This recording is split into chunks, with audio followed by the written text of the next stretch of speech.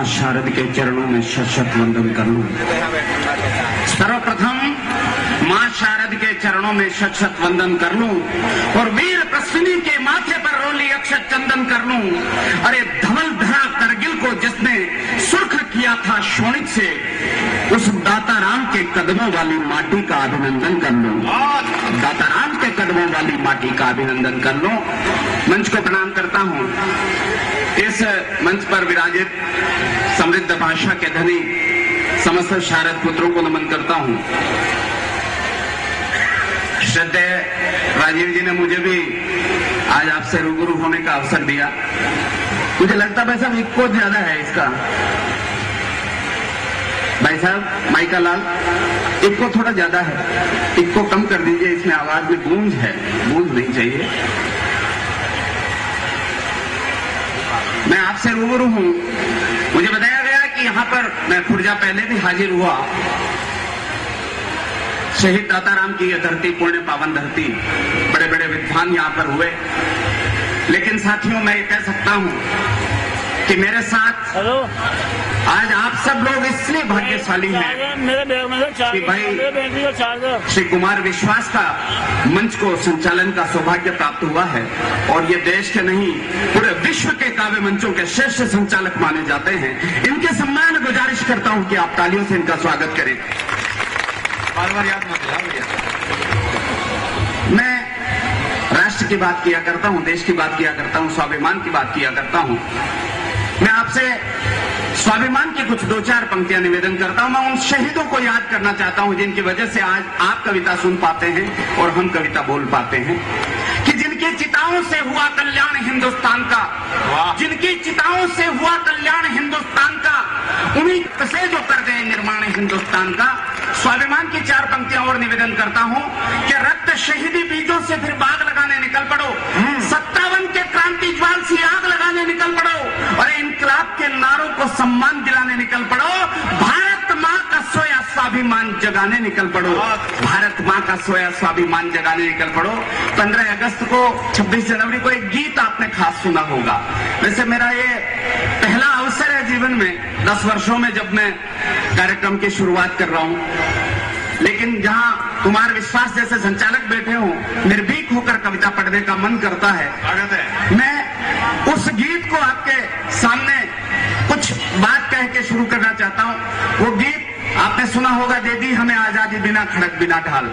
मेरे देश का स्वाभिमान चोटिल होता है। मुझे उस गीत के लेखक से कोई शिकायत नहीं, जिसके बारे में गीत लिखा गया उससे कोई शिकायत नहीं। मेरी शिकायत उन लोगों से जो 15 अगस्त के दिन, स्वतंत्रता दिवस के दिन उस गीत को बजाते हैं।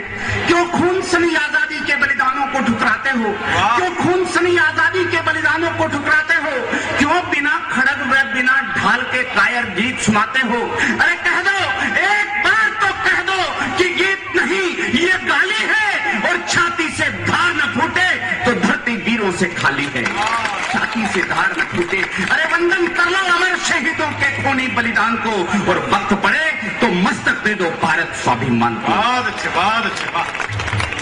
कुमार भाई, मुझे बताया गया कि हमारे यहाँ दाताराम जो शहीद हुए करगिल में, आज के लगभग 13 वर्ष पूर्व करगिल के युद्ध में, मुझे बताया गया था कि 20 जनों से लड़ते हुए मारे गए। 20 जनों से अकेले युद्ध करते हुए शहीद हो गए अपनी मातृभूमि के लिए। मैं 3 वर्ष पहले जब उनके 10वें शहादत के दिन यहाँ पर कविता पाठ कर रहा था, तब मैंने 4 पंक्तियां कही थी। वो 4 पंक्तियां आप सब लोग विराजमान हैं। मेरा मन करता कि आपके श्री चरणों में वो 4 पंक्तियां रखूं कि जो पानी में आग लगा दे वो ऐसी ही चिंगारी था। दाताराम के बारे में दाताराम की मां से ज्यादा कोई नहीं जानता, लेकिन एक कवि कितना जानता है। जो पानी में आग लगा दे वो ऐसी ही चिंगारी था, जो पानी में आग लगा दे वो ऐसी ही चिंगारी था और दुश्मन थर-थर थर्राता था, वो भीषण बमबारी था। जो टकराता कट जाता था वो तलवार दुधारी था। वीर प्रसूता तेरा दाता 20-20 पर भारी था। वीर प्रसूता तेरा दाता। पंक्तियां बढ़ता हूं कि अंगार दहकते पथ पर भी हम कभी मौत से डरे नहीं और 100 घाव सहे सीने पर मरकर भी हम मरे नहीं। अरे बारूदी चिंगारी तो क्या दावानल से जले नहीं, बारूदी चिंगारी तो क्या दावानल से जले नहीं। और दीवारों में चिने गए पर धर्म युद्ध से टले नहीं। दीवारों में चिने गए पर धर्म युद्ध से टले। यहाँ पे एक टिप्पणी करना चाहता हूँ। गुरु गोविंद सिंह के दो बेटों फतेह सिंह और जोरावर सिंह को जिंदा दीवार में चिना जा रहा था, तो फतेह सिंह की आंख का आंसू टपका और जोरावर सिंह के कंधे पर गिरा।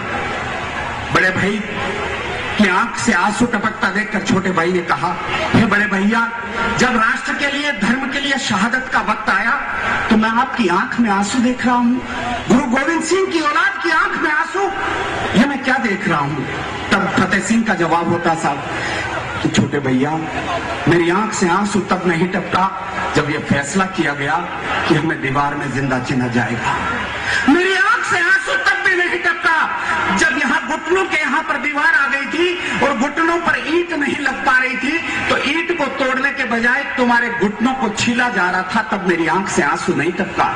लेकिन अब जब मैं देख रहा हूँ कि दीवार कंधे तक आ चुकी है, मेरी आंखों से मुझे मेरे छोटे भाई की शहादत को देखना पड़ेगा, जबकि इस मातृभूमि पर पहले मैंने कदम रखा, मैंने पहली श्वास ली थी और ये अधिकार भी मेरा बनता था कि तुम अपनी आंखों से मेरी शहादत को देखते। तब पंक्तियां पढ़ता हूँ कि दीवारों में चिने गए पर धर्म युद्ध से टले नहीं। अरे होड़ मचेगी फिर भारत के बेटों में बलिदान की, फिर शोणित से लिखनी होगी गाथा हिंदुस्तान की। उठाओ हिंद के वीर, वतन की किलकारी में जोश भरो और धरती अंबर गूंज उठे, वो भीषण तब जय घोष करो। बोलिए भारत माता की, भारत माता की। ये भीषणतम जय घोष तो नहीं है, और खासतौर से मैं सोचता हूँ खुर्जा से उठा हुआ जय घोष नहीं है। दिल्ली तक आवाज नहीं जाए तो खुर्जा से जयकार नहीं बोली जाती। भारत माता की। बहुत बहुत धन्यवाद। मैं कुछ पंक्तियां और निवेदन करता हूँ कि अमरनाथ के मसले पर जब स्वर विद्रोह का उठता है तो गद्दारों की बातों से दम भारत माँ का घुटता है। वंदे मातरम के गायन पर जो प्रतिबंध लगाते हैं और देशद्रोही जो भारत माँ को डांग तक कर जाते हैं, अरे अफजल और कसाबों को जो जिहादी बतलाते हैं और भगत सिंह से वीरों को भी आतंकी कह जाते हैं। अरे काबू में रखना चाहो तालियां रोकना। और इन दो पंक्तियों पर तालियां मांगता हूं। खुर्जा की जनता किस तरह से देशभक्ति को सुनती है कि काबू में रखना चाहो, काबू में रखना चाहो कमजरफों की जुबान को, तो एक बार गुजरात बना दो पूरे हिंदुस्तान को। अरे हिंद शिखरों से ऊंची कर दो हिंदुस्तानी शान को, और वक्त पड़े तो मस्तक दे दो भारत स्वाभिमान को। मैं चाहता ही हूँ एक बार और तालियां बजाकर आप योगेंद्र से कहें, कुछ और कविताएं सुनाएं। मतलब दाताराम का बलिदान तो है ही, लेकिन जितना, हाँ वो कह रहे हैं एक बार दोबारा गुजरात दोबारा होना, इनका प्लॉट दोबारा काटो, एक बार दोबारा। मुझे लगा इसी कविता को दोबारा सुना। नहीं, ये तो कभी इतना बसते हैं, तो पैदा हुआ तो तब भी वंश मोर की आवाज आई थी। घर में सबसे छोटा, इसलिए दोबारा की व्यवस्था हो नहीं पाई। एक कविता शायद आपने आस्था चैनल पर सुनी होगी। मैं तब इस कविता का जन्म होता है, तब ये कविता आपके बीच पढ़ना चाहता हूं। जब तिरंगे के सामने जाकर संसद पर हमला करने वाले अफजल के विरुद्ध वो 9 विधवाएं जाकर खड़ी हो गई कि हमारे पति जो संसद की रक्षा में शहीद हो गए, या तो उन्हें जो परमवीर चक्र, शौर्य चक्र जो प्रदान किए गए हैं, ये भारत की सरकार हमसे वापस ले ले, वरना अफजल को फांसी दे दे। इस मांग के बाद मैंने कविता को लिखा। कविता क्या है? पिछले दिनों मुंबई में एक बम कांड हुआ जिसमें हमारे कुछ निर्दोष लोग मारे गए। वैसा थोड़ी सी शांति दो ना यार। हाँ, निर्दोष लोग मारे गए। वो लोग क्यों मारे गए? एक रिपोर्ट प्रस्तुत करने के लिए कहा गया कि एक रिपोर्ट सौंप दी जाए कि हमला क्यों हो गया। वो रिपोर्ट तो अभी तक आई नहीं है, लेकिन मैं आपको 2 पंक्तियों में रिपोर्ट देना चाहता हूं कि अगर सियासी रंग न होता संविधान की वर्दी पर, अगर सियासी रंग न होता संविधान की वर्दी पर, तो आतंकी घटनाओं को कोई नादान नहीं करता और सही वक्त पर सरेआम अफजल को फांसी दी होती तो मुंबई पर हमले की हिम्मत पाकिस्तान नहीं करता।